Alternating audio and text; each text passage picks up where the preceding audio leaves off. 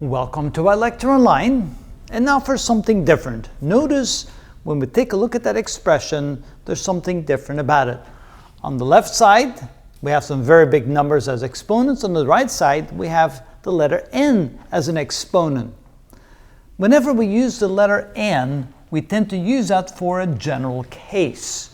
In other words, if n equals 3, then 2 times 3 is 6, and we end up with the problem on the left. So there's an example where we have a general case and a specific case where in this case n is equal to 3. If n was equal to 2, then this would be x to the 4th, and that would be x squared. If n was equal to 1, we would end up with x squared and x. If n was equal to 4, we end up with x to the 8th and x to the 4th, and so forth. So there's the general case and there's the specific case. Can we simplify the general case, and then let's also simplify the special case. Now we're going to start with this so you can see how that would work. What we're going to do here is write the numerator and the denominator as a product of two binomials. Notice to get x to the 6th, I need to multiply x cubed times x cubed, because x cubed times x cubed is x to the 6th, because the rule says that we have to add exponents. Here we have a positive and we have a negative. So that means one must be positive, one must be negative. When I multiply, I get 6. When I add, I get a positive 1. So the plus must be 1 bigger than the minus. So plus 3 minus 2 gives us a plus 1. Plus 3 times a negative 2 gives me a positive 6. Now, do I get the correct middle term?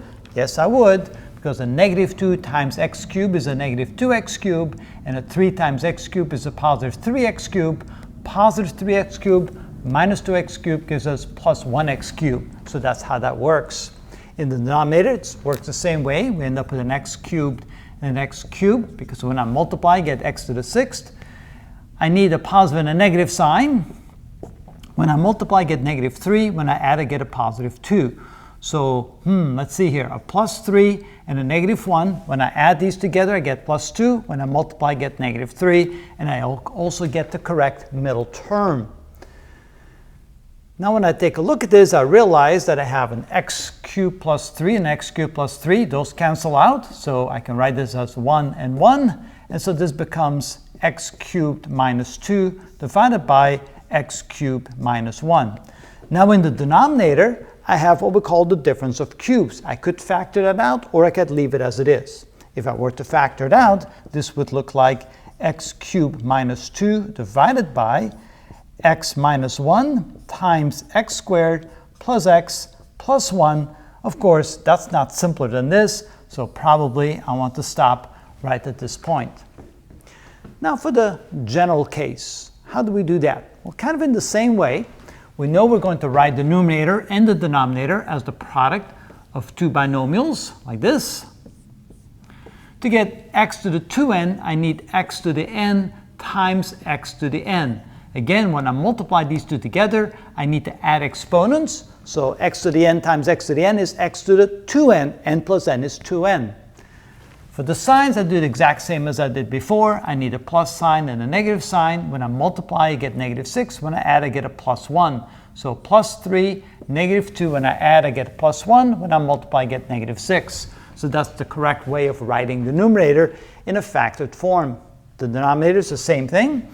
It'll be x to the n times x to the n. When I multiply together, I get x to the 2n, because I have to add exponents. I need a positive and a negative sign, because this is positive, this is negative. And when I multiply, I get negative 3.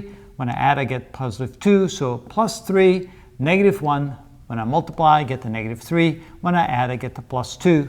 And notice that these two are the same, so I can factor these out. And I'm left with an x to the n minus 2 divided by an x to the n minus 1. And notice that would be the simplest form of that expression, and that is how it's done.